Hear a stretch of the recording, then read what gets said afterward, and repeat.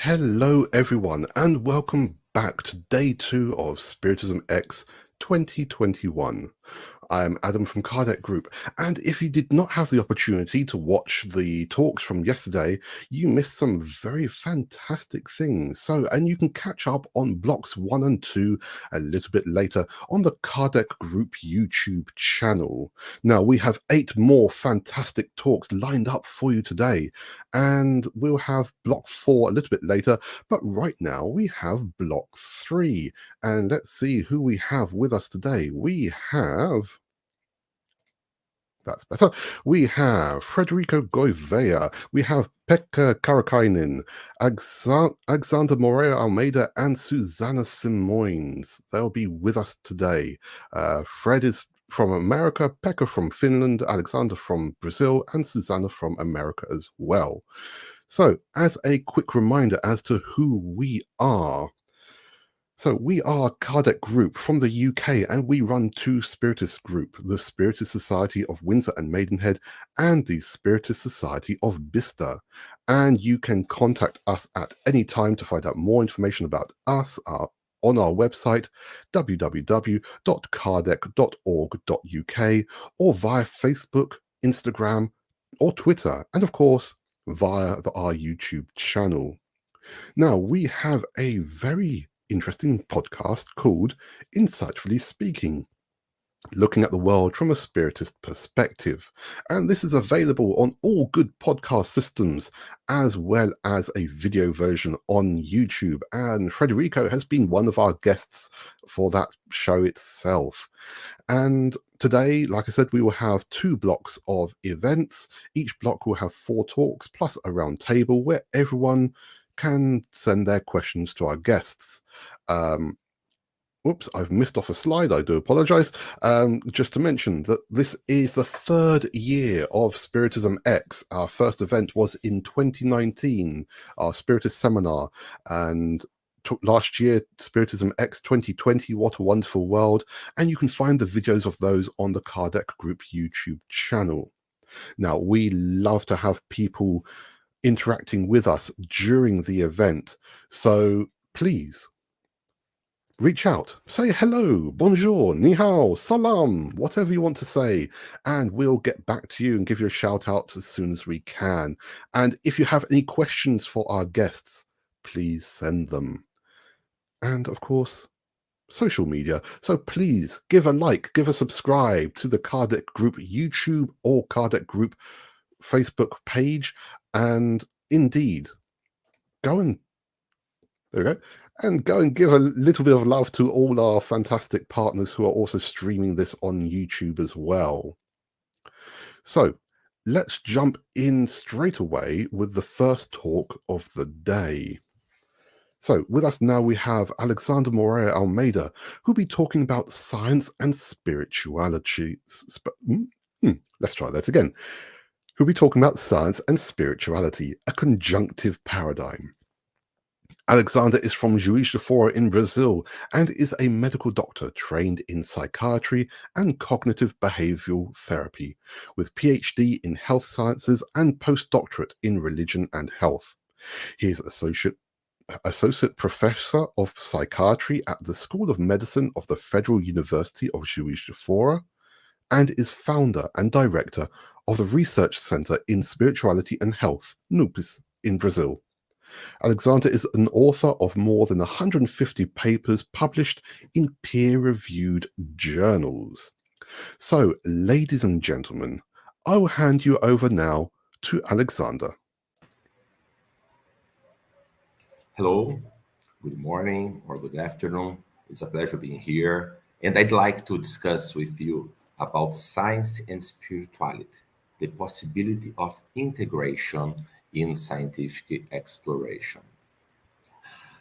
To start about spirituality, what does spirituality mean? We can understand spirituality as the relationship with the transcendent realm or reality.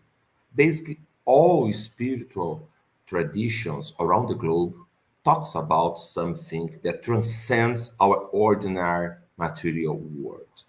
And not only this, but this transcendental aspect of reality is the ultimate truth or reality. Because of that, it's sacred.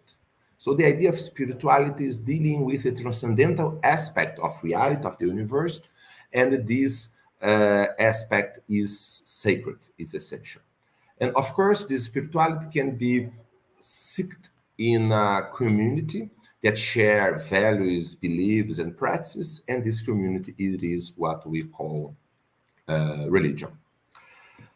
And spirituality has always been with us as human beings since the beginning of times. This is the lion man.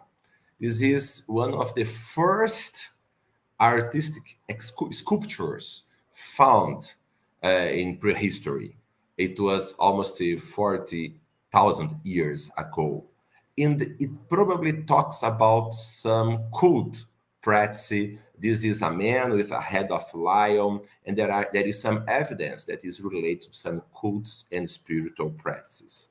But not only this, but throughout human history, you can see here, for example, some of the highlights of human art throughout history were devoted to spirituality. Since the Parthenon, the pyramids, Notre Dame Cathedral, Taj Mahal, Pietà, Michelangelo's. So all of them show how the seek of the transcendence, the seek of spirituality can build many of the most impressive things that humanity has ever done. But not only in art, but even also in knowledge, for example. The foundation of universities, like University of Oxford, for example, it was founded in the Middle Ages by the church, seeking truth.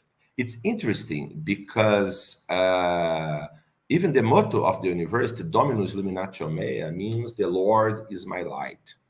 So, and even the Harvard University was also founded in connection with spiritual aspects. But of course, there is also the dark side. We can have religious wars involved in the seeking of spirituality.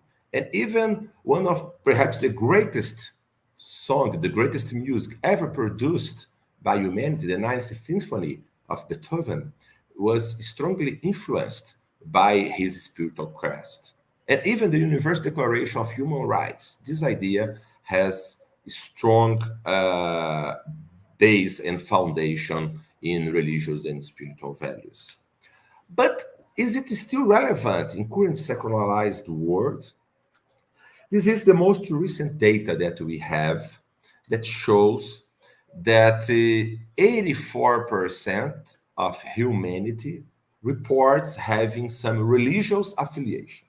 Only 16% of humanity declares having no religious affiliation. But even among these 16%, most of them has some sort of spirituality, some connection with God, gods, spirits, ancestors, wherever. So, but what about the next decades? How this division will change? How the slice of the spy will change? So it's the best predictions that we have based on what is already happening. The predictions to 2060 is that the unaffiliated will decrease even more. So the world will become even more religious or more spiritual throughout the next decades. And some regarding some specific beliefs related to spirituality. For example, they believe that people have a soul or that there is life after death. Here are some of the most populous countries around the globe. And then you can see that by large, most of humanity believes that we have a soul and also that there is life after death. And also, different from what many people think, the belief in life after death in many instances has no correlation with the educational level, and even in some countries that it has been shown that the higher the educational level, the higher the belief in life after death. It has been replicated in Russia, in France, and in Brazil. So different from what sometimes we are told, it's not true, simply not true, that the belief in life after death, for example, that is a central belief of most spiritual traditions, that this belief is just from people that has no formal education or no scientific knowledge. And it brings us to this next point, the idea, the myth of a perennial and necessary conflict between religion and science. Actually, nowadays, the best scholarship in history of science and history of science and religion declares that there is a myth, that the idea of a perennial conflict between science and religion is a myth. Okay? Just to give some example, this is for someone who would like to go to know more about this. For me, the best book is this, published by Harvard University Press by Ronald Numbers, one of the top historians of science nowadays. The book calls Galileo Goes to Jail and Other Myths About Science and Religion. It talks about 25 different myths about religion and science. For example, that the church taught in the Middle Age that the earth was flat, or prohibited human desiccation of corpses, or that Darwin abandoned religion because of his scientific investigations, and so on. Another very good book also is the Cambridge Companion to Science and Religion from Peter Harrison, also one top historian of science and religion, published by Cambridge. Is also wonderful. Just to give an example, contrary to what very often we have been told, the scientific revolution in the 18th and 17th century did not develop based on the rejection of spirituality. On the opposite, this is a very nice book from Rodney Stark, a very important sociologist and historian of science and religion. The book calls For the Glory of God. He puts here 52 of the top scientists, the key scientists for the scientific revolution. And he showed that from these 52 scientists, only one of them was skeptic, what was Edmund Halley. Most of them was religious, but many of the leaders were not only religious, but they were strongly religiously and spiritually motivated to perform science. The idea is that if we understand the creation, we understand and praise the creator. That was the idea of Francis Bacon, Galileo, Kepler, Newton, Robert Boyle, just to give some examples. And but is it possible for science to investigate spirituality, for example? In terms of spirituality of science, we have now literally thousands of empirical studies on spirituality, religion, and health. This is a book, two books published by Oxford University Press. This is a systematic review of 3,300 empirical studies on spirituality and health. And this is a very recent book that we edited, that was published a few months ago, in which where we compile the best of the recent evidence, how it could be applied in clinical practice in our life. So definitely it is possible. In general, these thousands of empirical studies, scientific studies, have shown that the higher the level of religious involvement and of spirituality, the lower the general mortality, lower levels of depression, suicidal behavior and suicidal deaths, substance use abuse, and higher levels of quality of life, well-being, and human flourish. Of course, there are also some negative impacts. But these negative impacts or negative use of religion and spirituality are much less common than the positive use. So it's possible, for example, when people have negative religious coping, when they use religion to deny reality, to a religion that emphasizes very much just on pathological guilty, or in refusing medical psychological treatments, or the idea of just using religion for external purpose, not for the intrinsic values and the intrinsic search for God and the transcendent. But of course, when we are talking about spirituality, we are not denying the other aspects of human beings, for example. We are talking about bio, psycho, social, spiritual approach, integrating all these approaches, the psychological, biological, social, and spiritual aspects of humanity in trying to develop it and help us to seek more fulfilling and fulfilling lives. And because of that, for example, the World Psychiatric Association published a few years ago a position statement, exactly declaring and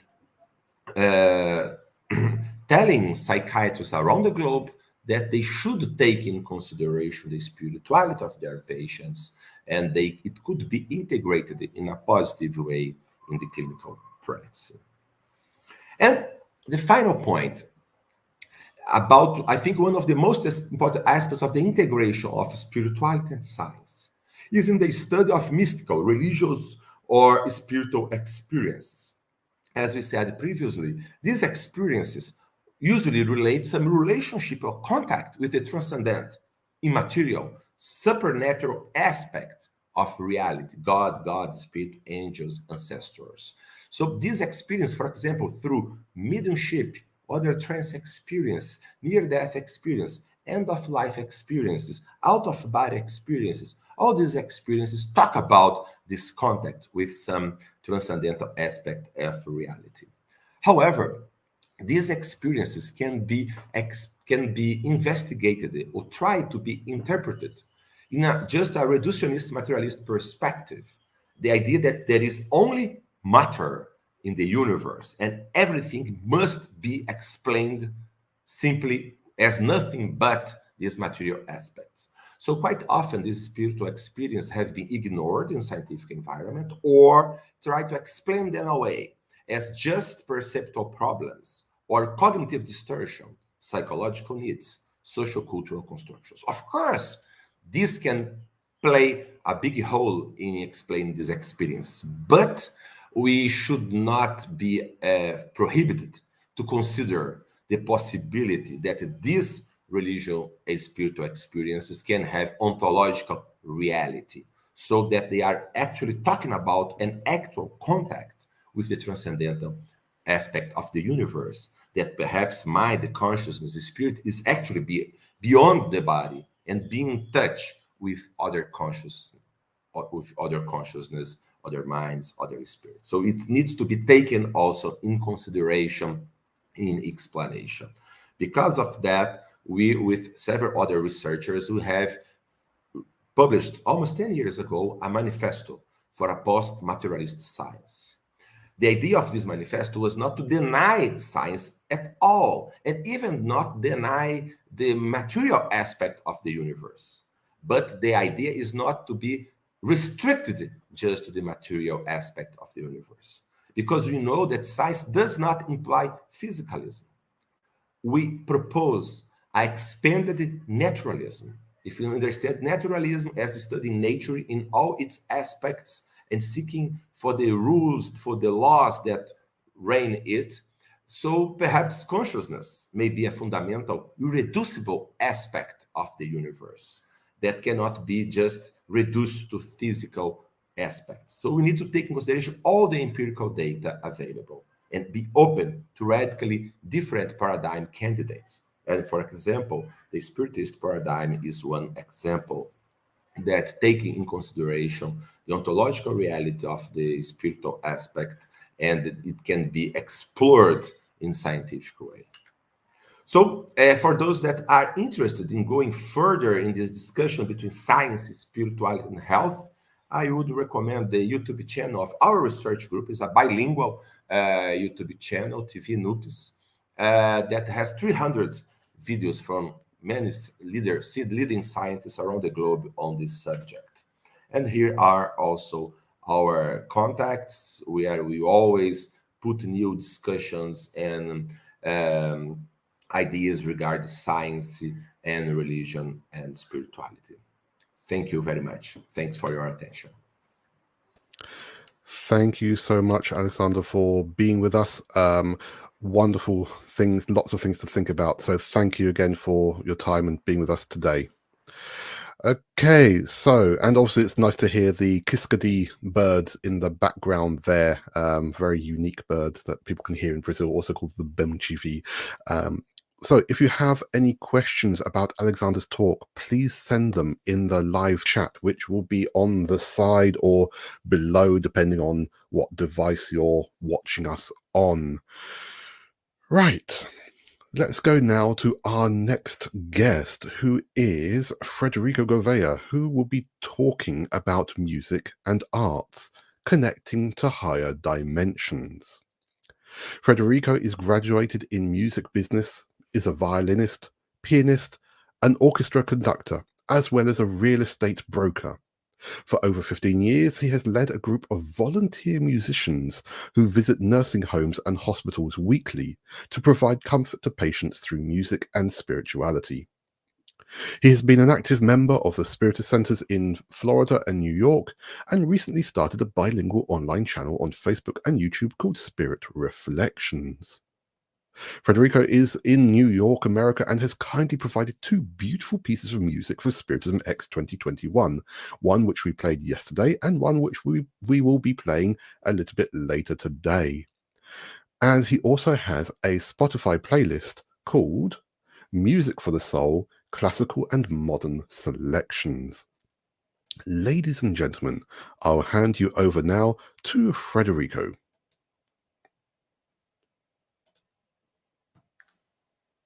Good morning, good afternoon, everybody. Thank you very much, Adam, for the introduction and the invitation, and congratulations on another edition of SPIRITISMx.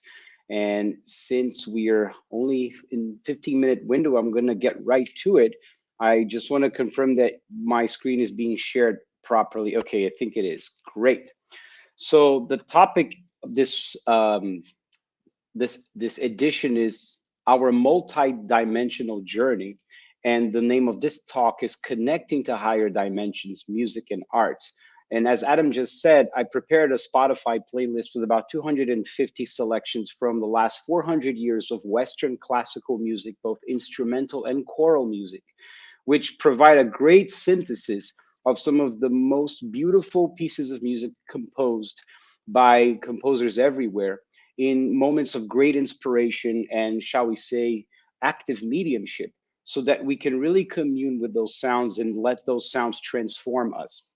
And today is just a very brief exposition about how does Spiritism look at music and arts historically, and how has it contributed to our understanding of music, art, and how can we use this in a more spiritual way to forge a greater connection to higher dimensions. So that, as you can see, the name of the topic.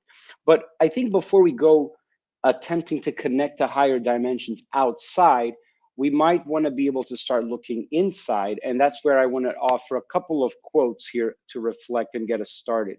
First one being from, here we go, Carl Jung, that says, "No tree, it is said, can grow to heaven unless its roots reach down to hell." It's quite powerful. No tree, it is said, can grow to heaven unless its roots reach down to hell.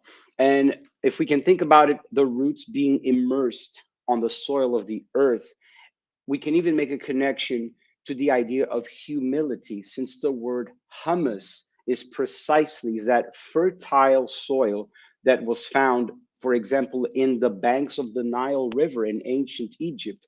And thanks to that fertile soil, the existence of that civilization was possible, since as the waters from the Nile River would recede, it would leave behind this incredibly fertile soil where everything could grow and the entire civilization could be nourished from it. So, this notion of humility, when we are in humble alignment in our hearts, it's a fertile soil for things to grow, to prosper, and to flourish. So these roots have to reach down to the hell inside of us. And by hell, that means the shadows, the places we don't have the courage to necessarily face it and discover and deal with it. However, it's so necessary that we do. And as this connects to art and expressions of art, we will see that this is the core of our creative potentiality. Since this topic has to do with multi-dimensional journey, this is one of many dimensions of our being, connecting with this creative power, which is a nuclear power plant that we have inside of us, which, by the way, is also connected to our sexual power. And Freud was able to recognize that in his study of psychoanalysis, and he would go to influence artists all over the world to depict and express through art this power that we have inside of us, connected with our unconscious, the subconscious. And related to that, there's Oscar Wilde. Since this is an event being hosted in England, I thought we need to mention Mr. Oscar Wilde, one of the smartest, most brilliant minds of the 20th century. I love this quote about sex. He says, "Everything in the world is about sex, except sex. Sex is about power." Now, that goes really to the heart of our connecting to the beauty, the power of art, and expressing feelings, sensations, and emotions through media, whether it's music, whether it's spoken word, poetry, whatever expression. This connects with this creative power. And we've done a great disservice to ourselves when we've separated sex from everything else creative in our world. And our journey as human beings in the process of evolution also includes reconciling that within us, fusing and joining what we look at to be separate and opposites, distinct and apart, which in fact, however, are so connected to each other and depend on one another. So this has everything to do with spiritism, since at the time of Kardec, the sciences, the arts, the technologies were advancing in order to show that we all have this power ourselves and don't need to rely on intermediaries or middlemen, middle women to connect to the divine, because the divine is within us.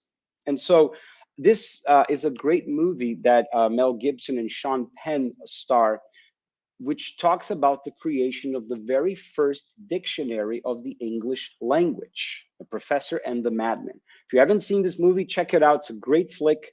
And it shows the incredible saga that these men endured in order to compile the very first dictionary in the English language. And the English language being so universal, it had influences for and etymologies and sources of words from all over the world. And it was their job to trace the meanings, the history, the transformations that the word went through in order to get to the current usage at the time. And it's really cool because one of the hardest words they were able to trace its origins was exactly the word art, A-R-T. And in the movie, they finally get to the etymology, the root meaning of the word. And what does that mean? The root of it is fire, to incinerate. So when we hear the word arsonist, it is to burn. So it is connected to fire. And it's incredible. Professor Alexandri just mentioned Beethoven in his lecture now. The epitome of Western classical music, according to many philosophers, is his Ninth Symphony, an ode to joy. And he takes the words of Friedrich Schiller, very famous poet in Germany, and begins the ode to joy in the Ninth Symphony by saying, "We enter into this heavenly sanctuary drunk with fire." Again, this notion of fire, art. So it's this connection of the ability we have to spark a fire within us using our creative powers, channeling the energy that we have, which is this nuclear power plant, which is capable to light up a whole city or create a nuclear holocaust, depending on our free will and use of it, and depending on how we direct that energy through a moral compass. It can light up a whole town. And that is what Christ reminded us, to let our light shine so that others can see your good deeds and glorify your Father who is in heaven. This is in the Sermon of the Mountain. So, what if we could be able to spark a fire inside of us using the power of our creativity and use the medium of art as a tool, as a vehicle, as an outlet to express our most cherished and sacred feelings and emotions so that others can commune and partake of this divine sacred fire through our experiences. In the Medium's book, Kardec has a very curious passage. It's in chapter 14 of the second part, item 169, when he goes to an opera in Paris. The opera is Oberon by this composer, Carl Maria von Weber. And as you can see in the dates, he had long passed away by the time Kardec went to the opera. And Kardec goes to this opera accompanied by many mediums. And the mediums report to Kardec what they are seeing on stage. So as the opera is unfolding, the mediums report to Kardec that there are many spirits behind the artists on stage, making fun, mimicking, having a good laugh. There are also other spirits in the audience that are close to the audience members, and it's almost like they're trying to get into their business to see what they're doing and try to distract them. And then there's other spirits that look like they are there for higher intention and more noble purposes, until they're able to identify the soprano, the main singer. They see that she has a guardian angel, a spirit guide, who's there watching over her. And at first they think that this guide, is part of the spirits that are more frivolous. So the spirit approaches the medium and says to them, "How dare you confuse me with them? I'm here to guide and protect her. This is my duty." And this happened during the intermission between one act and the other act of the opera. And so the guide turns to them and says, "Now I have to go to her dressing room. She needs me." And at this moment, Kardec decides to invoke the spirit of Carl Maria von Weber, the composer of the opera, to ask him, "Hey, what do you think of this performance? Are you pleased?" And Carl Maria von Weber, as a spirit, responds, "It's not so bad, but they lack inspiration. They are weak. The performers sing, but that is all." Then he says, "Wait, I will try to infuse them with a little of the sacred fire. I will infuse them with a little of the sacred fire." And neither Kardec nor the spirit goes on to explain what is the sacred fire. All they say is that they see the spirit, or Carl Maria von Weber, going on top of the stage and hovering above the singers. And it seems he emanates something that flows from his spirit that envelops all of them. And at that moment, it is night and day, the difference between the singing intensity and the energy, the way they were singing, night and day. Suddenly they come alive and they sing with much more beauty and expression. So another reference to this sacred fire. What could they be possibly talking about? Could they be talking about, right? Other than this incredible powerhouse we have inside of us, this creative expression, creative force that we have. And as I was mentioning, at the time of Kardec and a few decades after him, psychoanalysis, psychology would develop so much, and Freud, Carl Jung would influence the work of so many artists, including the surrealists, who created an entire movement of art wanting to explain the dream states, wanting to get at the communication between the physical and the spirit realm. A lot of artists all over the world at this time, 1920s, 1930s, 1910s, were doing seances in order to evoke the presence of spirits so that they could paint with the help of these spirits, communing with these spirits so that they could use their mediumship to imprint on the art more meaningful expressions of spiritual beauty. And this is an example of a painting by Remedio Varos, which is It's depicting a moment of conjunction, which is a concept of in alchemy, which means the union of two polar opposites, male and female, hot and cold, night and day. When we can unite and fuse these forces within us and have them be operating as one, then we can march ever faster and with more ability to higher and higher realms. And so when we say connecting to higher dimensions, what we are really need to start doing is more and more going inward, going to the source of our creative power, which is more connected to our earthly chakras in the lower parts of our chakras, and allowing that to be channeled through artistic expression, through the consumption of elevated music, poetry, art, have a closer connection to those things so that we can help purify those feelings and expressions. And in doing so, we are able to commune with higher dimensions. We are in a society in the 21st century that's very geared towards practical utility. I will do something and spend my time on something only if it yields a practical purpose and if it's utilitarian in its nature and its objective.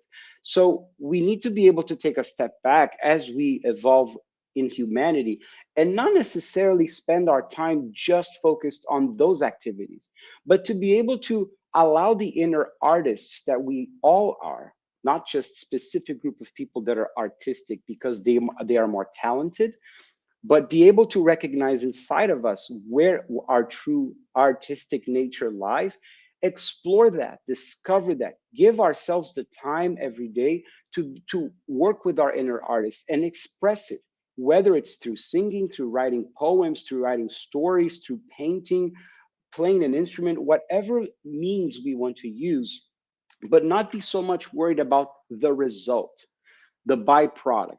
When we look at a performance of orchestra musicians in a famous concert hall, we're looking at a product, we're looking at an end result. That's not what I'm proposing. I'm proposing that we go through a process, and the process itself is important to allow us to discover ourselves more through the use of art, the connecting of this sparking of this fire, as the word truly means, art, fire, to incinerate, to burn. And with this, be able to connect to higher dimensions as we're going through the process itself. And I will stay here for the roundtable and would love to have your questions and answers. And thank you very much for your time. Thank you so much, Frederico, for being with us once more. So let me bring up Frederico's card, because I forgot to show that before. So Frederico will be with us for the round table. If you have any questions for him, please make sure you send them via the live chat. And of course, any questions for about Alexander's talk as well. There we go. I'm sorry for forgetting to show the card beforehand. Right. So we're halfway through the talks. So we need to go now just to have one last look at, another look at the Kardec Group High Five campaign. This is a campaign that fundraising campaign we started last year, which many of you should be aware of. But for those of you who are new to knowing about Kardec Group, here's some information about it. So this campaign has been set up to help two groups in Brazil. Grupo Espírito Sheila in Salvador, run by Florencio Anton, and Instituto Multidimensional in Curitiba, run by Daniel Rossi, are non-profit organizations which support their local poor communities in Brazil. Both of these groups work to provide various activities, educational care, social care, things such as food bundles, which we know are really important, baby boxes, housing, so many things, some kinds of support which these people can't normally get from anywhere else. And during this pandemic, we know that the needs have been increasingly high, and the number of donations have been low, and the general resources have been much lower than normal. So these guys work really hard to support their respective communities, and we think it's only right that we try to help them if we can. So here at Kardec Group, we just want a little bit of support. So if you can spare 20, 10, or even £5, so we're talking about the price of a large, a medium, or even a personal pizza. That's how you can equate it. Or maybe tea and cake or coffee and cake for 3, 2, or just one person. That's all we're talking about. We're not talking about a fortune, just a small amount. That's all it takes, because if everyone were to donate a small amount each month, then these two groups will have everything they need to make sure that children are off the streets in safe activities, that families can put food on their plate, and that people can have a secure home to live in. So please come and help us at the High Five campaign. For more information about this, to see how to donate through us or to donate directly to them if you have an account in Brazil, you can go to our website, which is www.kardec.org.uk/high5. The address that is there on the screen for you. So it's high five, HIGHFIVE. 100% of the donations received for this campaign will go only to these two groups. Thank you. So let's go and have a quick hello to all the people who are with us now. Let me just bring everything up here. So let's say hello to Elsa Rossi, Jean Carlos, Emmanuel, Georgia, Michelle, Paula, Umberto's with us again, Gerald, Zoraide, Erica, Antonio Carlos, Joe, Lindalva, and Tammy. Thank you so much for being with us today. It means a lot that we have so many people with us for this event. Okay, we're going to go now to our third talk already. Gosh, it's flying by so quickly.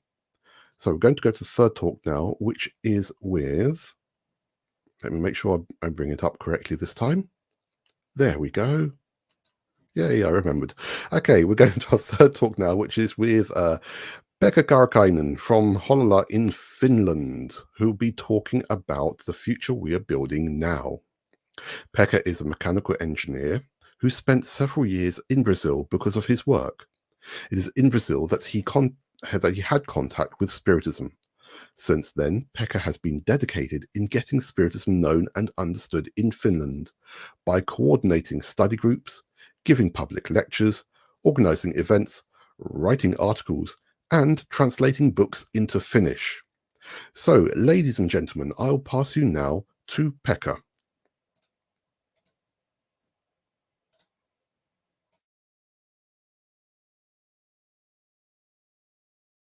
Good afternoon for everybody, and thank you for organizer to having this possibility to talk about this interesting subject, that the future what we are building now, and actually where are we going. And I go directly to the topic. So I make some questions. Maybe there is some questions which are quite interesting for some of us. So, do you have some friends or relatives who have been feeling insecurity or hopeless when they think about the future? How about, have you found right words and arguments to lift them up? And do you think that what is coming is some kind of chaos? Or is there actually coming something, a new order? So these are questions which has been or have been in my mind, and I hope that we can find some lights for them during the following moments. So many people are nowadays, they are feeling insecurity, and for some of them there is natural, there is health reasons. Some of us, we are feeling insecurity because of our incomes are unstable. Sometimes we are having problems with work, with several challenges that we are facing nowadays. And something what is especially, let's say, creating insecurity is that nowadays, especially for young people, there is requested a lot of, let's say, popularity, success in social media, and everybody should look nice and beautiful. So these are creating quite big, let's say, issues with young people. And of course, we know that what is the situation with environmental issues. And that's something that doesn't look very promising nowadays. So there is actually reasons why many of us, we are not feeling so well. And it has been affecting for many people. And it's the situation what we are having, but it's the situation what can be helped. So the big problem what we have in our society is the materialism. And I mean with materialism the belief that consciousness is in our brain operation. So that since our brain operation stops, so it means that everything stopped for human being. There is nothing else with that. And nowadays we know, based on reincarnation studies and also for near-death experience studies, that that's not true. It's simply belief which has been created based on materialistic beliefs. But the danger of this belief is that it's taking purpose from life. So if we don't get in our mind anything else in future than death, and everything stops after that, then we are in very complicated situation.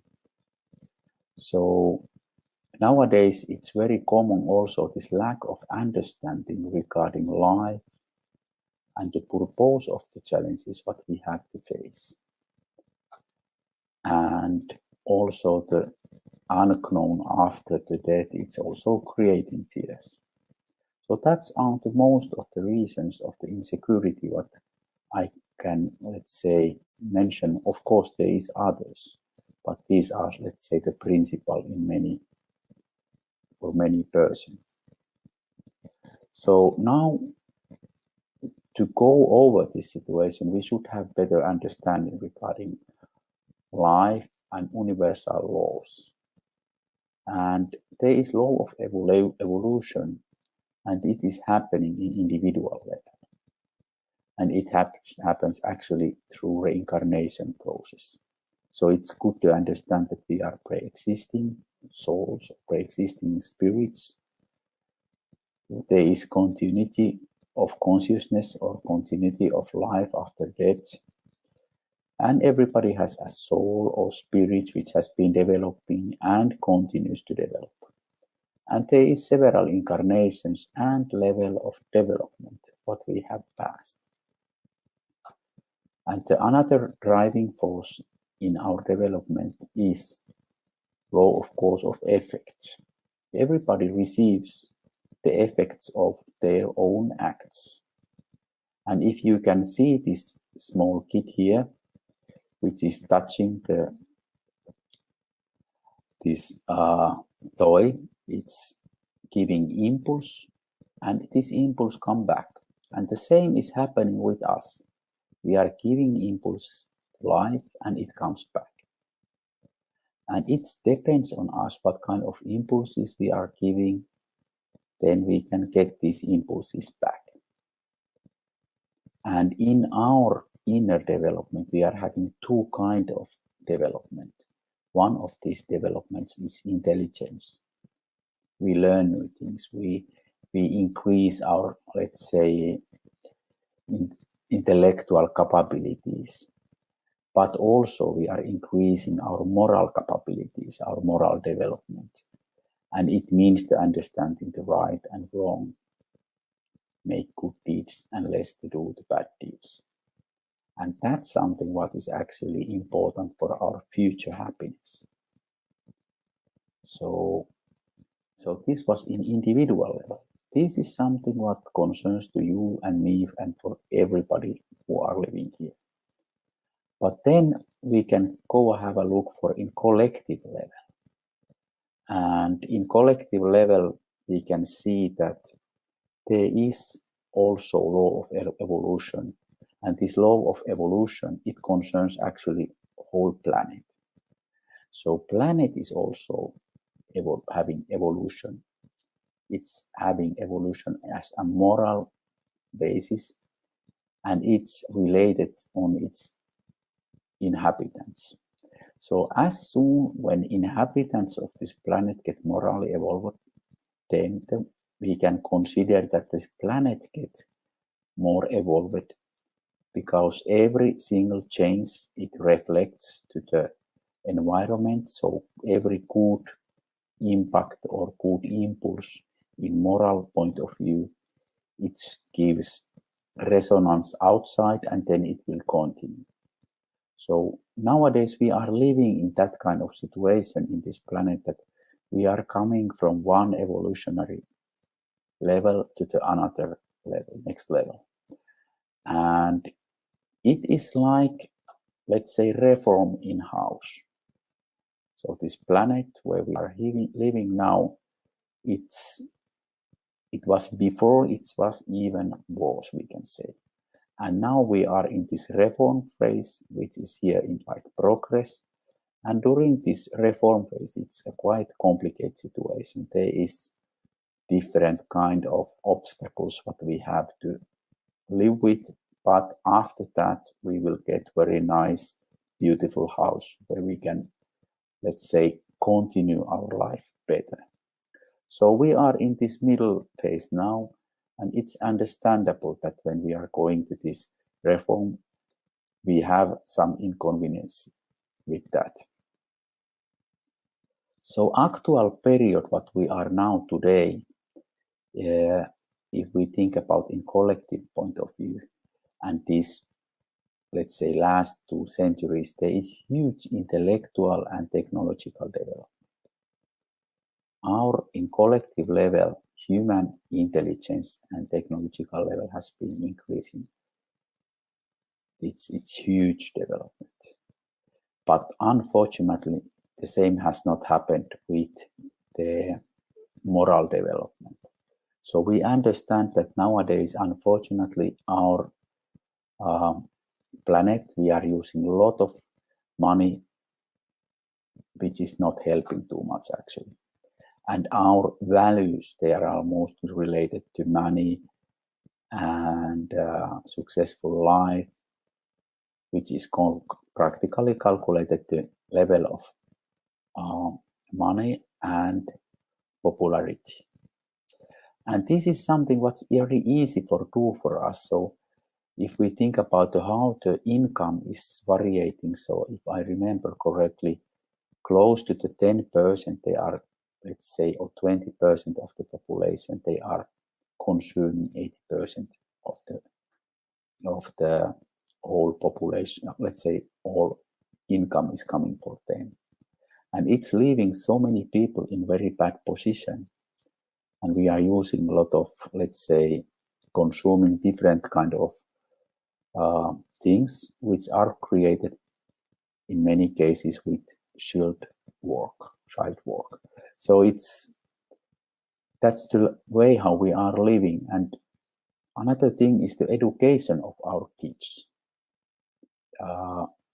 Because the education of the kids, it's also making the difference what is the future. Because if we understand the point of reincarnation point of view, sometimes these kids, they may be our grandfather or something like that, or they will teach our grandfather. So we have to think about our kids, our future with them. And unfortunately, many times we are not paying enough attention with our kids. So there is some examples, but everybody can see and we can pay attention with that. So also what is typical for the actual period where we are is that most of us, we are driven by instincts. And there is survival instinct, there is instinct of species preservation, and they are not actually they are not promoting high values, because if we get more money, it's egoism, it's essentialism, and these are actually the things which doesn't rise us too much in a moral way. So actually, what are values? What are desirable today? That's something what we have to understand. What means that people are successful? Is it money? Is it status? Is it popularity? Or is it something what is really inside of us? That's something what really needs to be, let's say, taught. So what's happening now is that our world, we are having situation that when we die, so that is some of us base it on the way how we have been living and acting. We will continue in this planet. We will kind of have the next life in here. But these which are not developing as we should, they will have the next incarnation in some another level of world. And that's something what will happen. And it's based of the syntony. If we are not attuned with higher level of development, we are going out from that. So how will I survive this? Which kind of world I will incarnate next time? And how about my children, my friend, my spouse and relatives? These are questions which are rising up quite often. And somebody asked that, okay, am I really right place? And I can tell you that yes, this life offers to you the possibility to reach a lot of good deeds. And you are invited to participate in this work. And it is privilege to be here and have the possibility to see this period with incarnated eyes. So our children, our families, our friends, they need positive examples, this positive impulse, and this will help them during this period, as well we. So it's worthwhile to search for life, greater meaning and understanding beyond our daily life. And I'm sure that if people start to look, you can find it. And find your way to keep yourself spiritually well attuned. Nobody can't recommend enough prayer. Pray and develop prayer, because it's not something what you can go to sleep and you will almost fall asleep. You can do and concentrate and put your heart on that. And what more you can do with your heart, that more you can see the effect. Elevating books and audiobooks, they are so easy. Audiobooks, they are very nice. You can hear, you can listen. Whenever you can do traveling to go to work, going back to work, you can do it. And they can elevate you. And nowadays, this gospel is more valid now than ever. It's the moral content of this book. It's amazing. If you start to look for that with new eyes, you will find huge things there. Of course, elevating music, that's something what helps us also. But something what I have seen that it's the important, avoid non-elevating topics. We are sometimes taking our time using the internet, social media, with the things which you can easily see. Are they making me up or are they putting me down? And you can feel yourself, what you can feel inside. So, okay, this is something what I don't want anymore. I want to do something else. Okay, so when we have attuned with more moral things and we have better feelings inside, there is not enough that we have good feeling and good moral thoughts in mind. We have to do something. So there is something charity, something volunteer work, what you can do, and it makes you better. It's make you feel better because every good deed make you feel good. So constant work and acts with love, benevolence, and forgiveness. These are for sure which will make your life better. So let's build a beautiful future together, and then we can see what will come together. Thank you. Thank you so much, Pekka, for that really wonderful talk. It's I think again, everything today is flowing so well together, and the need of action, the need of reflection. There's a lot that we've got to be talking about in our round table, I think, and we've got lots of questions coming through. So if you have any questions for Becca, for Federico, Alessandra about any of their talks, please send them via the live chat. And honestly, our question list is building up quite quickly. So we are going to go now for... Where are we going now? Yes, we're going to the last talk of this block. So, yes, we are... That's the one. We are going now to have a talk with Susanna Simoins, who will be talking about charity as a means for self-discovery. Quite a few people watching with us who haven't said hello yet. Right. It is now time, ladies and gentlemen, for another prize draw. Yes. So all those people who signed up in advance of the event and selected to be entered for the prize draw have put their names forward to win a bundle of Spiritist books. So if your name is selected, please let us know in the comments that you are watching live with us. If you don't let us know, then we will choose another name in a moment. So let us bring up the little magic spinning wheel. There we go. Are we ready? Drum roll, please. Let's spin the wheel and see who's going to win the third bundle of Spiritist books. And the winner is Marge Christina Marcondes. So if you are watching with us live, please let us know via the live chat, or please let us know somehow that you're actually watching live with us. So please, please, please contact us as soon as you can, just to confirm that you're watching live with us. We'll leave that name up just for another moment. Okay, so Marge, if you're watching live with us, please let us know. Okie dokie. So we are going to go now. While we wait, we're going to have a little musical interlude. And as I mentioned before, our good friend Federico, who's with us, has provided two pieces that we've been sharing through the event.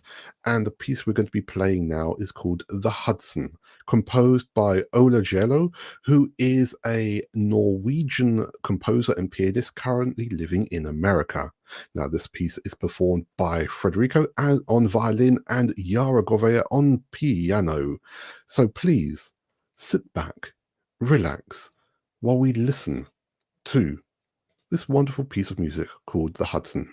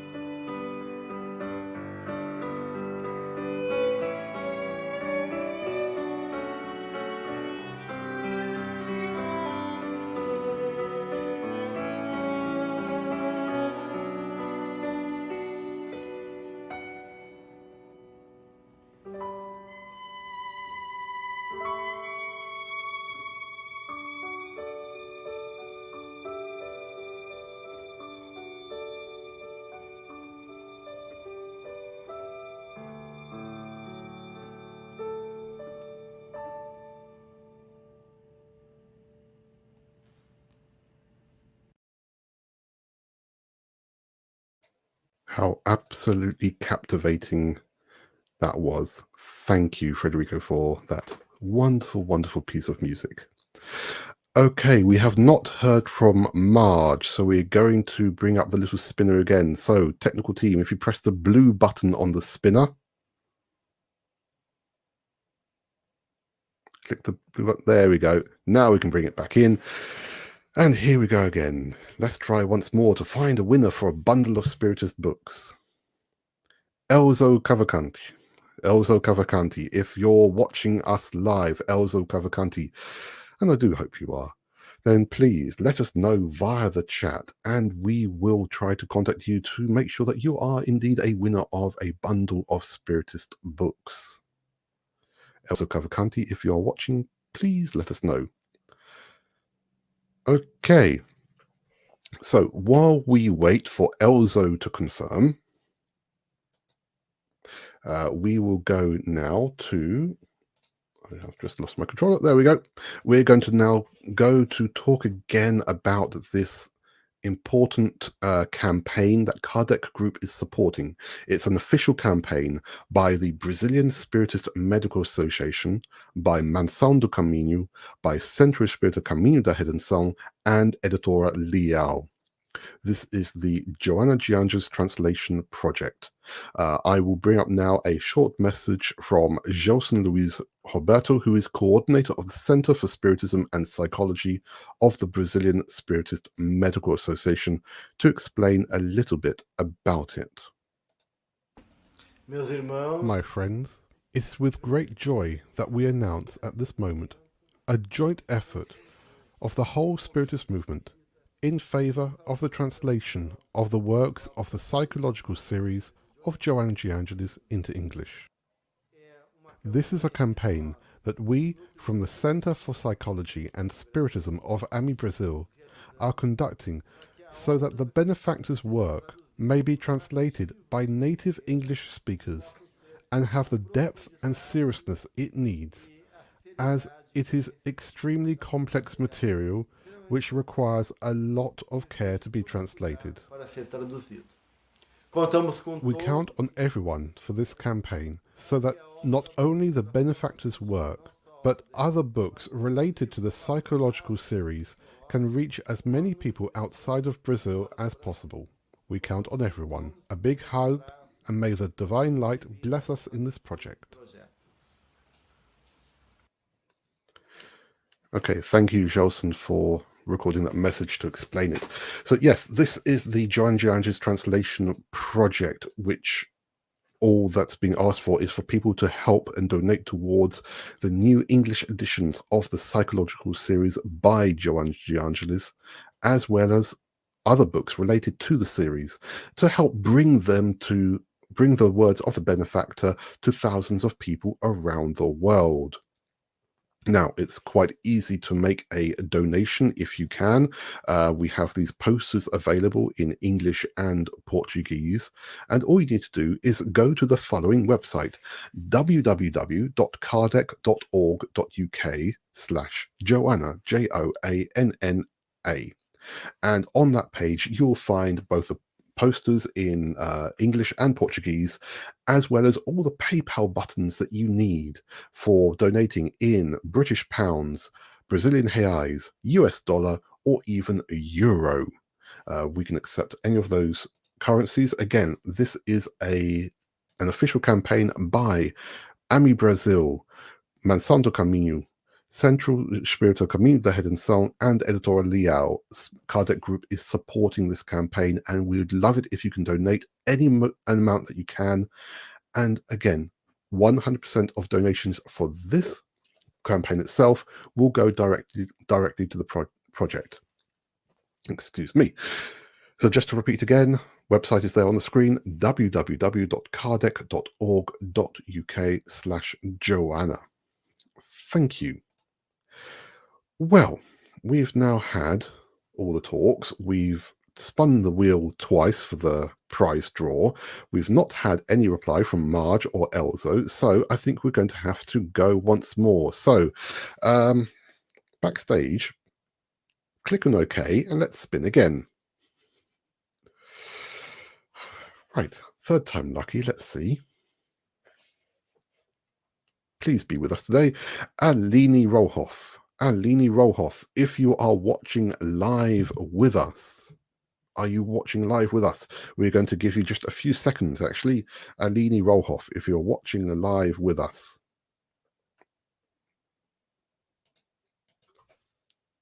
We'll wait just a moment more. Alini Rohoff, if you're watching live with us, you have potentially won a bundle of Spiritist books. I do not think that Alini is with us. Shall we roll once more? Production. So last time that we're going to spin this today, well, for this block. No, we know that Elzo isn't watching. So let's try another time.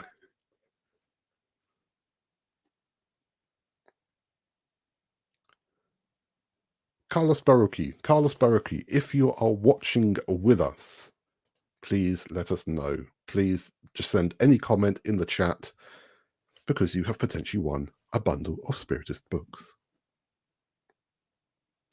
Okay, I think we're going to move on now.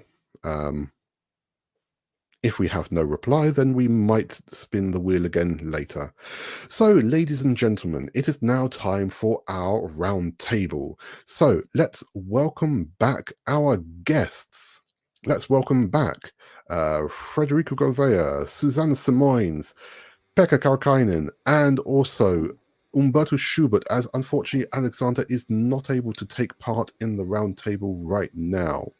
So again, thank you everyone for being with us, for the wonderful talks that you provided, for all these great reflections that you gave as well. And we do have quite a few questions here. Let's see, where should we go first?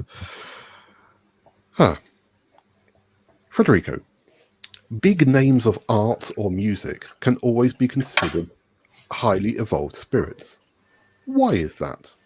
That's not necessarily true, because there's intellectual development, and so I can be a great technician in a particular art form, but if I didn't evolve morally with my feelings alongside the technical ability, then I'll just be a great artist on the technical side and not necessarily highly evolved in the sense that whatever I'm producing to the world is actually making people feel better. You know what I mean?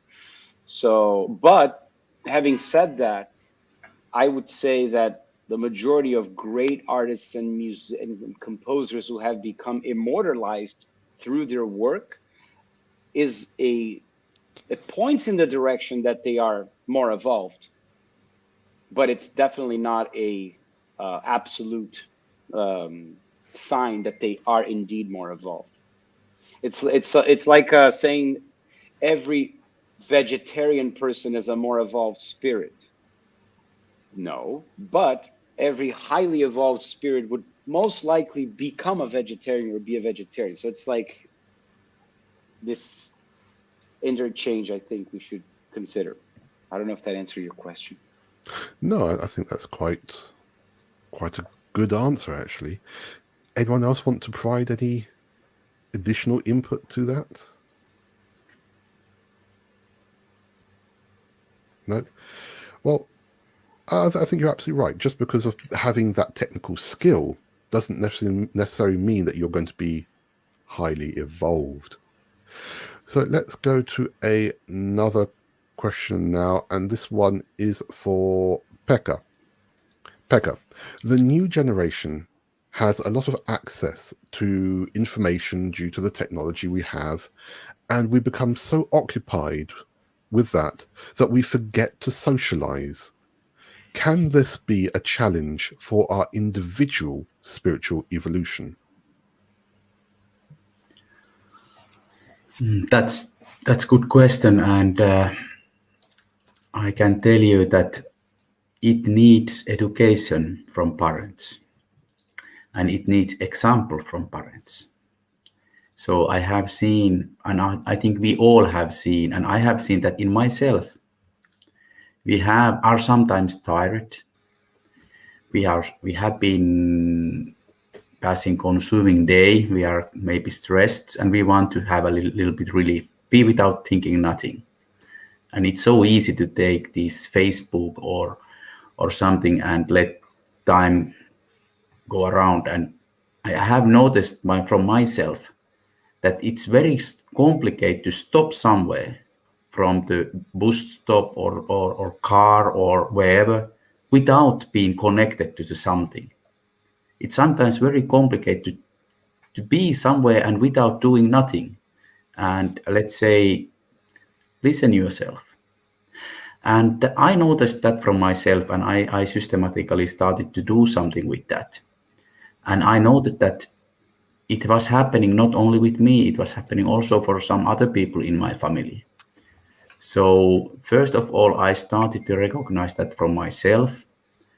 And then we were discussing about that, and we were starting to do something. So I think it's good to pay attention for that. I think but it's the question of the selection. So there is a lot of very important and interesting and elevating things available for everyone, for us. And of course, there is also a lot of this kind of things which are putting us down in moral point of view.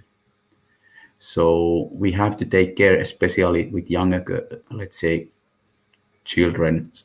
So we have to protect them also.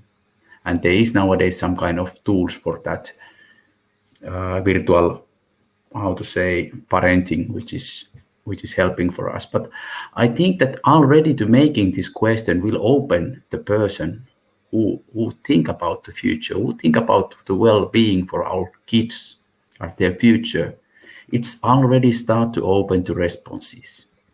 So I don't think that I will be able to recognize and let's say identify the correct things. But when we start to think about that, and we will start to think that what will elevate us, what will not. If I go to the play with kids or walk in the nature or take a book and read and discuss about that, how much we are taking time for that. And if we will make that kind of self-balance, then we will be able to recognize that what would be the right direction to go. But the first of all, I would say that the question was so nice and so well, and it may be very, let's say, good starting point to really to make good movement. And I'm not. That's my limited comment for that.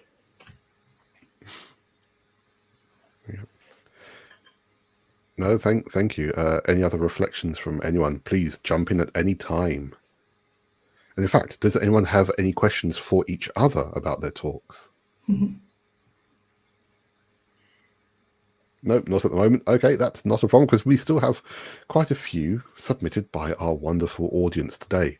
So, no, thank you, Pekka. And exactly, we have to find those enlightening things, find that way, especially to educate children. And I think this past year and a half now, 18 months, 19 months of COVID, many people have perhaps forgotten how to socialize a little bit, but perhaps we can explore that a little bit later. Susanna, why is it so difficult and why does it take so long to improve ourselves, even knowing and accepting our behaviors and attitudes towards someone or situation? What can we do to speed up our self-improvement? Is it just a case of loving ourselves? I think what you can do to speed up the process is not to be anxious about it. And to understand that if you read the Spirit's book, you will see the evolution is indeed a very slow process. When we want to change an idea of a paradigm in our society, it takes time, it takes generations in order for that change to be deeply rooted and actually real, truly integrated into the society. We are very frail beings. As we know, we are more frail than evil. And we are very much still in the young years of our evolution, if you will. The evolution process is slow. I remember, it comes to mind, um, I one time had the opportunity to receive a message from, I was struggling with my own evolution, and I had the opportunity, as I was saying, to receive a message from a spirit benefactor. And he said to me very kindly, my dear daughter, you continue to move forward, turtle steps. But the good thing is that we are all moving forward, and that is just the pace. It takes a long time for us to change anything inside us. I like to say that the only miracle that Spiritism truly believes is the miracle of self transformation. In order for us to transform ourselves, it takes a long time. It takes many times, and this is what sometimes we fail to understand.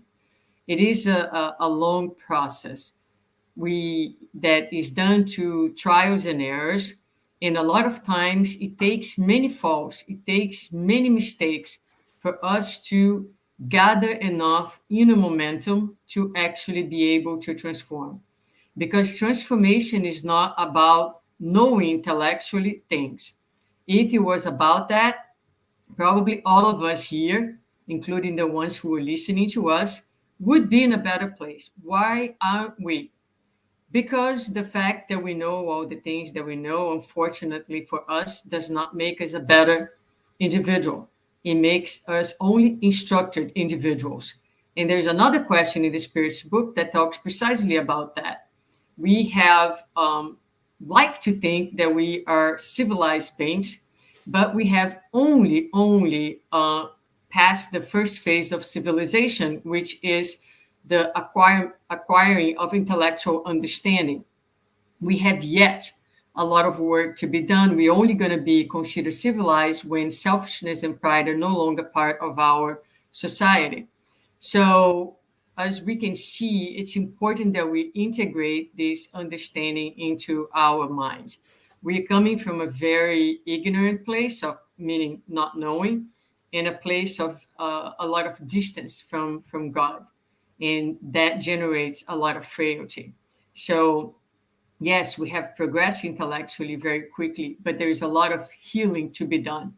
A lot of times we want to do better, but we still cannot do better because we don't know what is within ourselves that we need to address, that needs to be healed in order for the intellectual knowledge to be translated into virtues.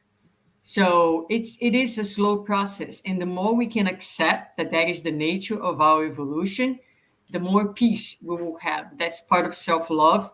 It's to understand that actually God wanted for it to be this way. If God wanted for us to be created perfectly and finished, God would have done that. But that was not part of God's plan. God wants us to build us ourselves with time, little by little, through our experiences. Our egos would like to argue with God and say that God made a mistake. Why go through all this pain and suffering? But the reality is that if we accept God's will, God wants us to be this way. So part of self-love is actually integrating those concepts into our minds and understanding that it is indeed a very slow process. But as we move forward through our trials and errors, through our many failures, once we learn it, that's ours to take, ours forever, will never be lost again. Thank you. I've got nothing else I can say regarding that. Okay, so let's go to the next question. I'm going to join a few questions here. And this was originally for Frederico, but actually could be for Umberto because it links well to the Leon Denis works as well. Is it only classical music or classical arts that can connect us to higher dimensions? Are other forms bad for us? And is that higher dimension connectivity, spirituality, is that limited only to humans?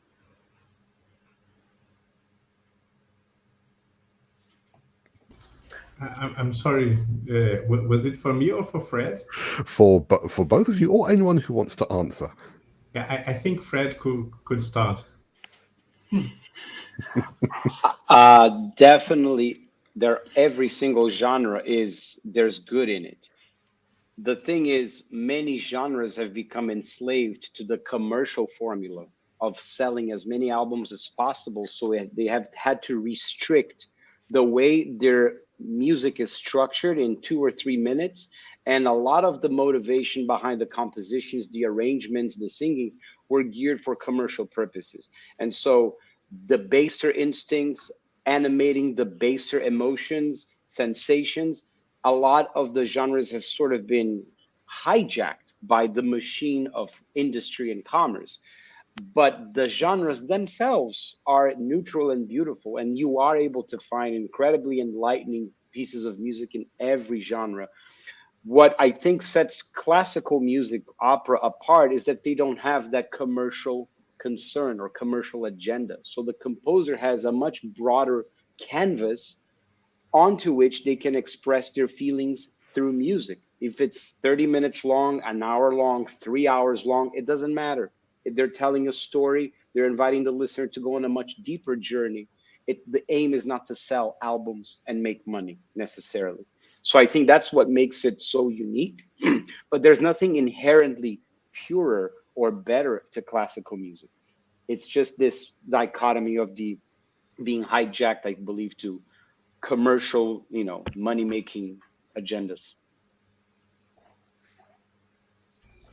Well, my presence here is very questionable, for I cannot answer in the name of Alexander. I could possibly answer in the name of the research team to which I also belong. But more importantly, I wanted to be with these people here. That's why I accepted to come. I would only add to Fred that there is more complex music, and we should make the effort to learn how to taste it adequately. But obviously,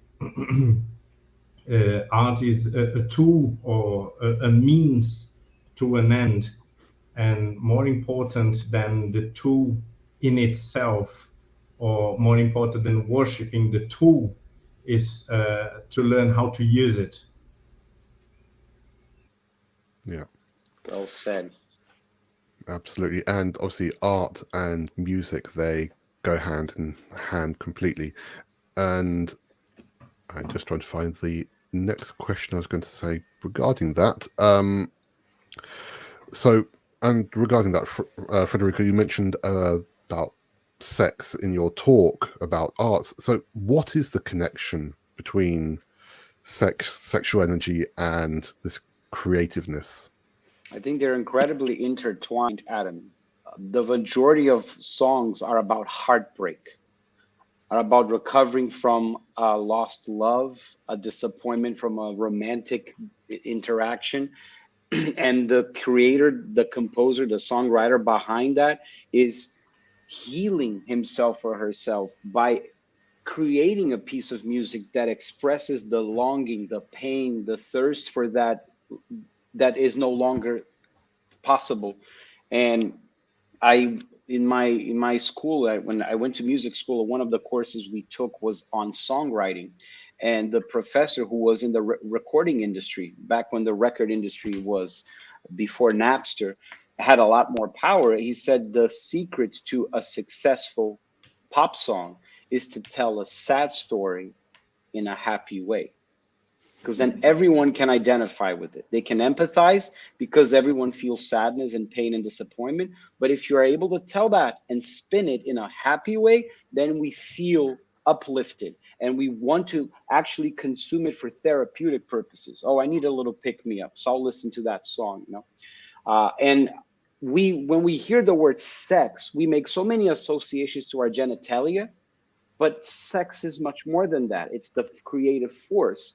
where we are exchanging sexual energies right now when we're interacting with enthusiasm and speaking from a place of passion, it doesn't mean intercourse. So I think that's why words are so limiting. When we look at the word sex, we immediately think only that, but it's part of a much greater spectrum, right? Yeah, absolutely. No, thank you for that. Right, next question then. Oh, and we were asked to provide the references that Alexander mentioned and the Federico. So Federico, you mentioned it was the book, the film, The Professor and the Madman. Yep. And the books that Alexander mentioned were Galileo Goes to Jail, Handbook of Religion and Health, and Spirituality and Mental Health Across Cultures. And of course, if you want to watch things again, you can always rewind and you can watch the whole event again live if you want. So the whole live event again if you want to, and the individual talks will be edited and saved out on YouTube later. Becca, the person who asks this says, I am, not myself, the person who asked it has said that they are an ordinary person with no clarity if they have a mission. How can they contribute? How can we contribute for the future that we are building if we don't understand our mission?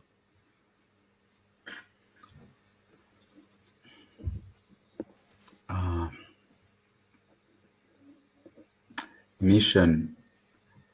We all have mission. I'm father. I have mission. I'm son. I have father and I have mother. I have mission. It depends on the concept what you give to the word mission. But I believe, and I have understood when I'm reading the books of Spirits book, there is chapter 2, which is incarnation of spirits. There is purpose of the incarnation. It's the first part of the chapter 2 of Spirits book. Then we have chapter 6 is spirit life. And there is one part of this chapter is the choice of the trials. And if we look this part of the Spirits book, then we start to get some kind of understanding why we are here and why we are in the situation and circumstances where we are now. So we understand that we are nowadays incarnated over 6 billion incarnated here. So we are having different kind of missions. We are living in different kind of environmental conditions. Here in Finland, we are having negative temperature in Celsius. Maybe in Brazil, the situation is different. So we have to understand that we have all our different kind of missions, but we can look around of us and we can look to the person who are closest to us. Often people are getting understanding about the high missions and let's say elevating the humanity to the next level. So typically they are not knowing about that. The people start to do things with big heart and big force and big let's say faith, trying to help people. And then something big start to happen. We have examples regarding that. So I don't think that I have been thinking somebody has been telling to me that my mission is this, and another people has been saying that it's my mission is that. And I have been quite careful with these kind of things, but I have been paying attention that I have been looking to situation what I have been living. I have been looking the kids which are with me. I have been looking my father who has been with me. I have been looking my friends, my let's say fellows in the work, and also to general situation. So I have been thinking that there is something what can be useful, and there is some time what I can dedicate from myself and trying to move things better. And of course, when I start to do that, then I have to start to trying to elevate myself and trying to find some good information and start to do things different way before in the past. So I try to do things to something better way. So I think it's understandable, and you forgive me if I can't say that what is the mission, but I think that we can look where are we. I think that we can look to people which we can reach. We can have a look for the information sources which are available. As I recommended these chapters in the Spirit's book, chapter 6, which is the spirit life, and chapter 2 is the incarnation of spirits.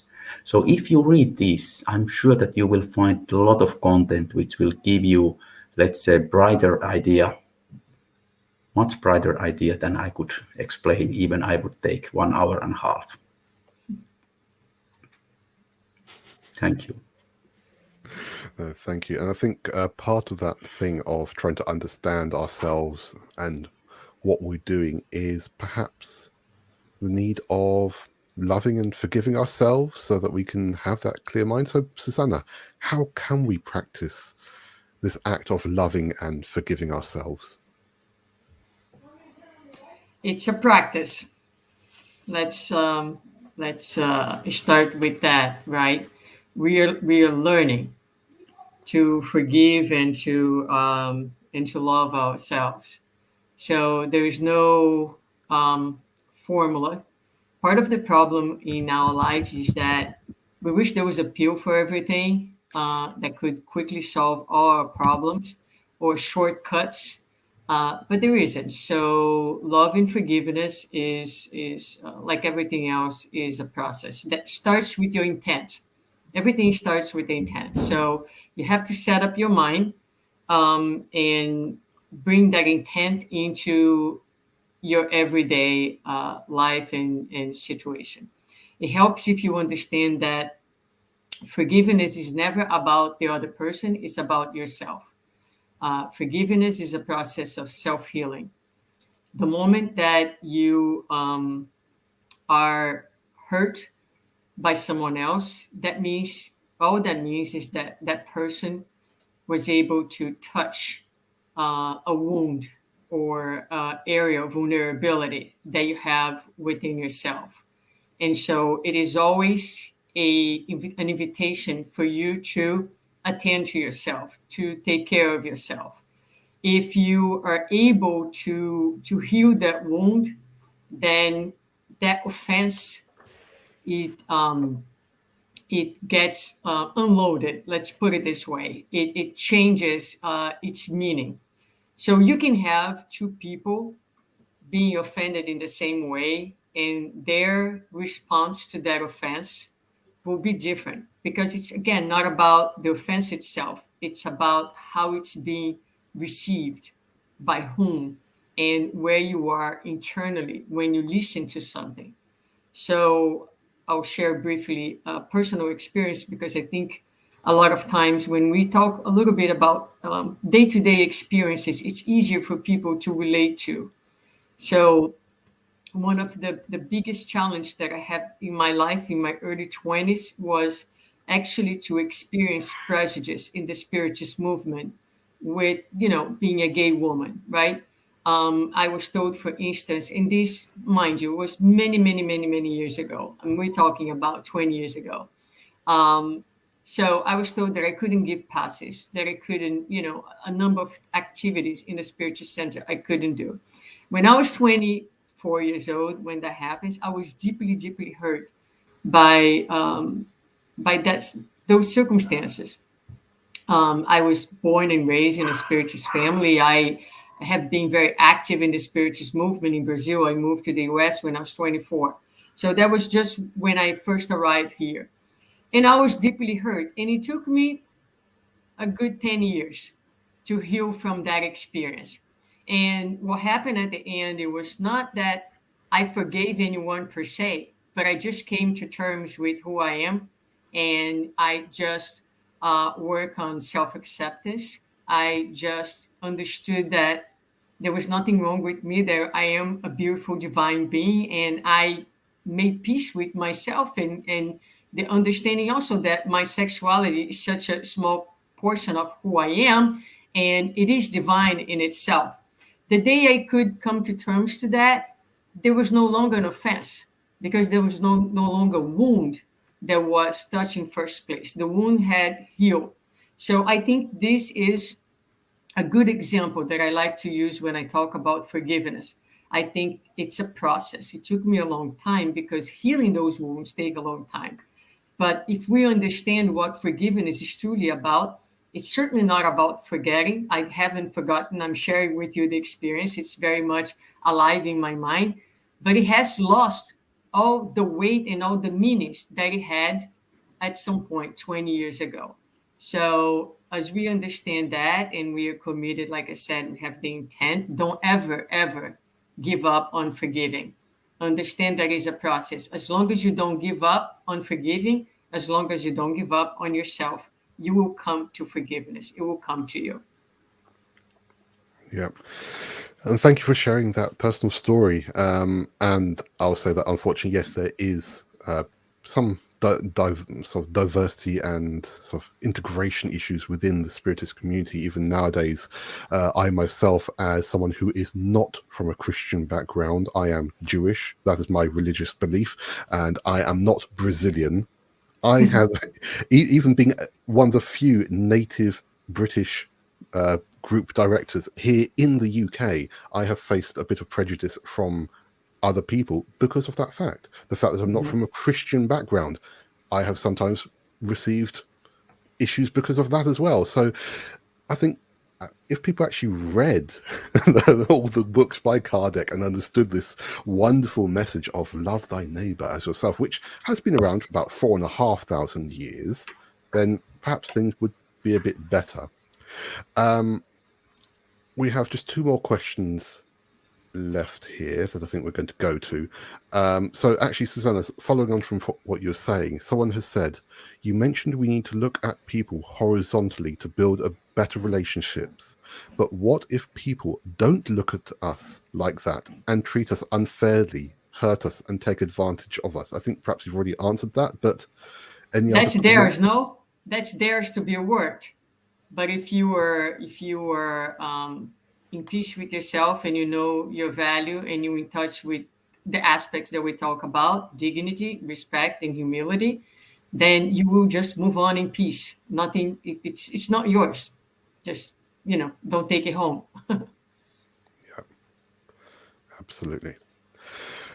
Last question, and this is mainly for Federico because he mentioned about this, but I think for everyone here.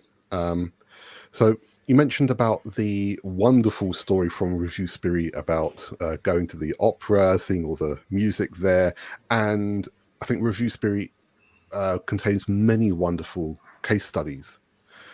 Do all of you think that we value this work enough within Spiritism?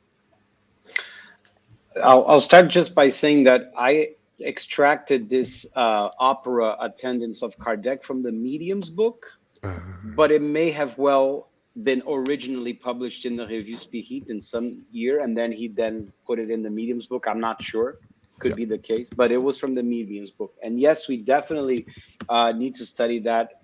Journal of Psychological Studies. Look at how ahead of his time Kardec was by calling that in the 1850s, 60s, Journal of Psychological Studies.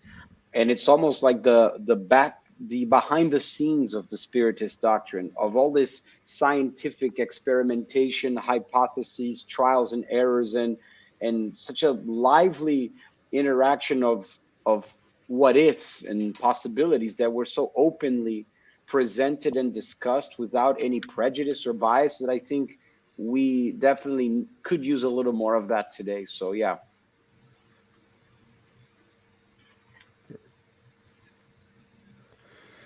Okay, any last thoughts from anyone else? Any questions they want to ask each other, or any final considerations? I would like to just thank Adam, the Kardec Group, for this wonderful opportunity, it's very refreshing to be with so many people who represent spiritism and who can share ideas.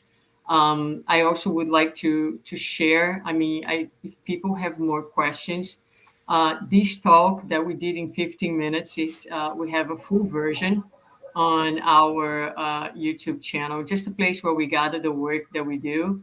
It is Susana Simões 70. Sorry, I'm thinking Portuguese.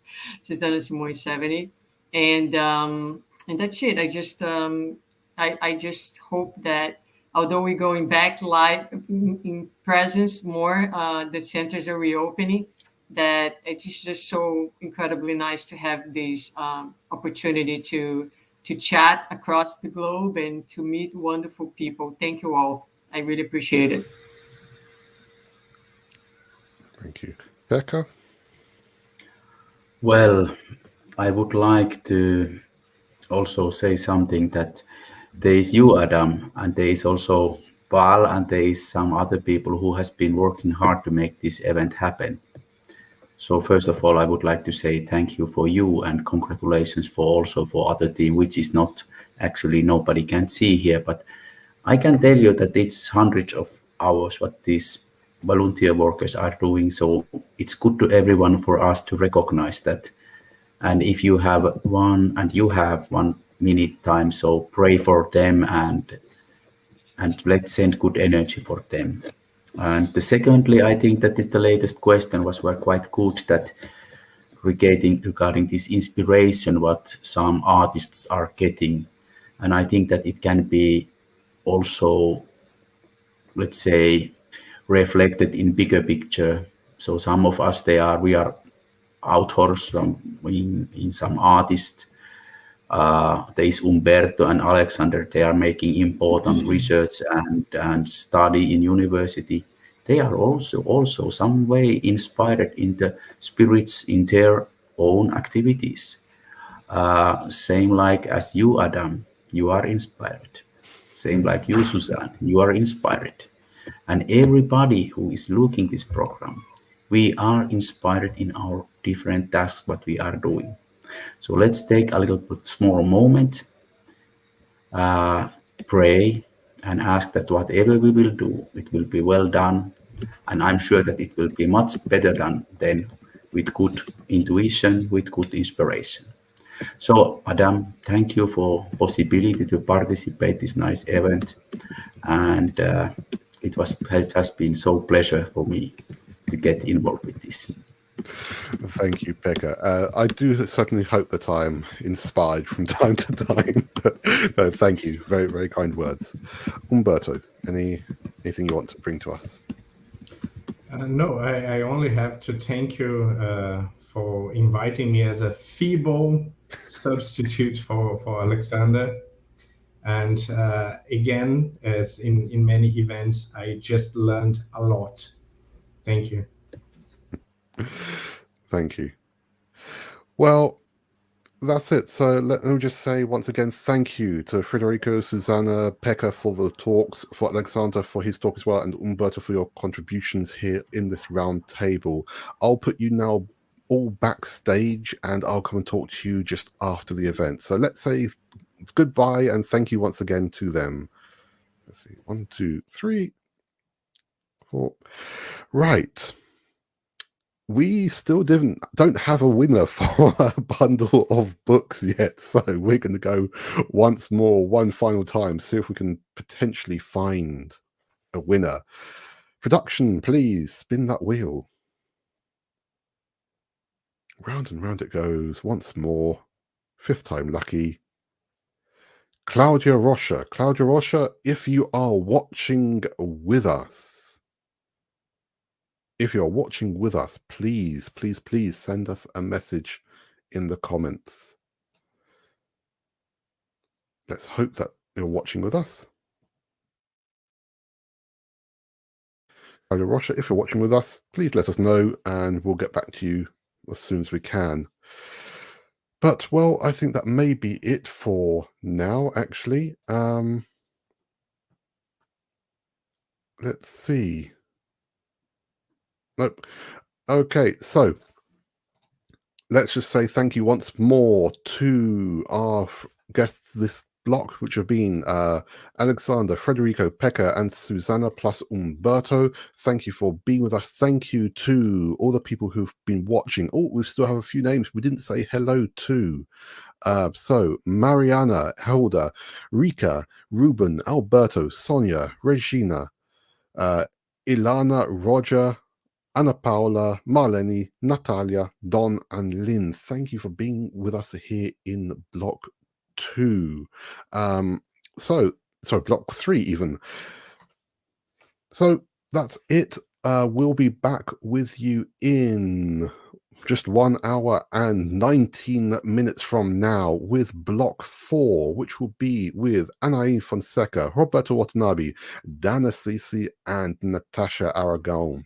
So, ladies and gentlemen, thank you for being with us. Stay safe for the next hour, and we hope to see you back very, very soon. Thank you.